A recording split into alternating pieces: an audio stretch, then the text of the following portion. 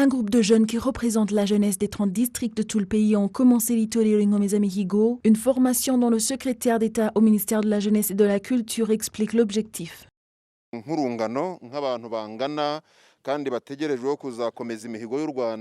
En tant que jeunes patriotes, il était nécessaire qu'ils se rassemblent ici pour être formés afin qu'ils puissent plus tard servir le pays avec à cœur l'esprit d'atteindre les objectifs que le pays s'est fixés en utilisant le genre de valeurs que nos ancêtres nous ont laissées comme héritage.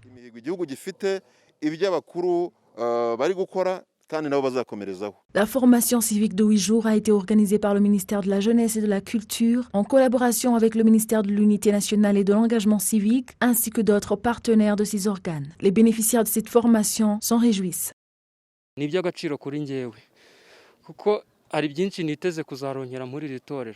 C'est très important pour moi. À la fin de cette formation, j'aurai acquis les valeurs d'un leader rwandais et les qualités d'un bon coordinateur des activités de la jeunesse. C'est une bonne initiative du gouvernement car c'est pour nous une opportunité de mettre un accent sur les valeurs rwandaises et de les adopter dans notre quotidien.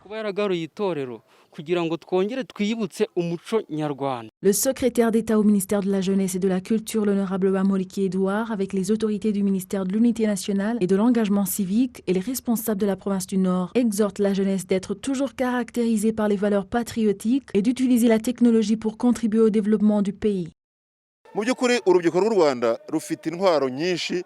En toute honnêteté, les jeunes d'aujourd'hui disposent de nombreux outils que les générations précédentes n'avaient pas. Prenons l'exemple de la technologie. C'est certainement un outil qui peut les aider avec les aspirations de développement du Rwanda. Pour ceux qui l'utilisent pour déformer l'histoire du pays et insulter la nation, certainement notre peuple ne devrait pas simplement rester les bras croisés. Alors que ces autres utilisent la technologie de manière destructive, nous devrions l'utiliser de manière constructive pour aider notre pays à se développer dans tous les aspects, mais surtout économiquement. Depuis le début de la formation civique pour les jeunes en 2014, près de 118 000 l'ont terminé avec succès. De telles formations sont très importantes pour l'avenir du pays si l'on considère que 75,8% de la population rwandaise a moins de 35 ans.